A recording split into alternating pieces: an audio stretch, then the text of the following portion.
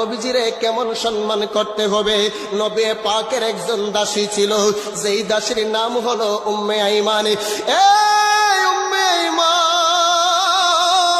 আমার নবী পাকের শরীয়তের বাহ্যিক বয়স যখন 6 বছর ছিল, 6 বছর থাকা অবস্থায় নবী পাকের মাকে হারাইলেন, আম্মা জান আমেনাকে হারাইলেন।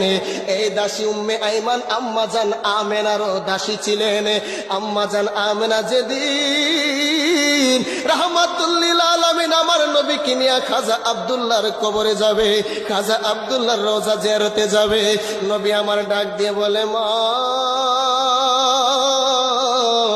কত মানুষ বাবার কোলে ওঠে, আমার বন্ধু বান্ধবেরা বাবার কোলে ওঠে, আমার বাবার কোলে উঠতে মনে চায়।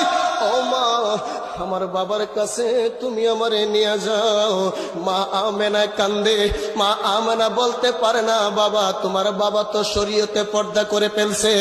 আমার নবীর যত বুঝায় আমার নবী বুঝে না, আমার নবী কান্দে।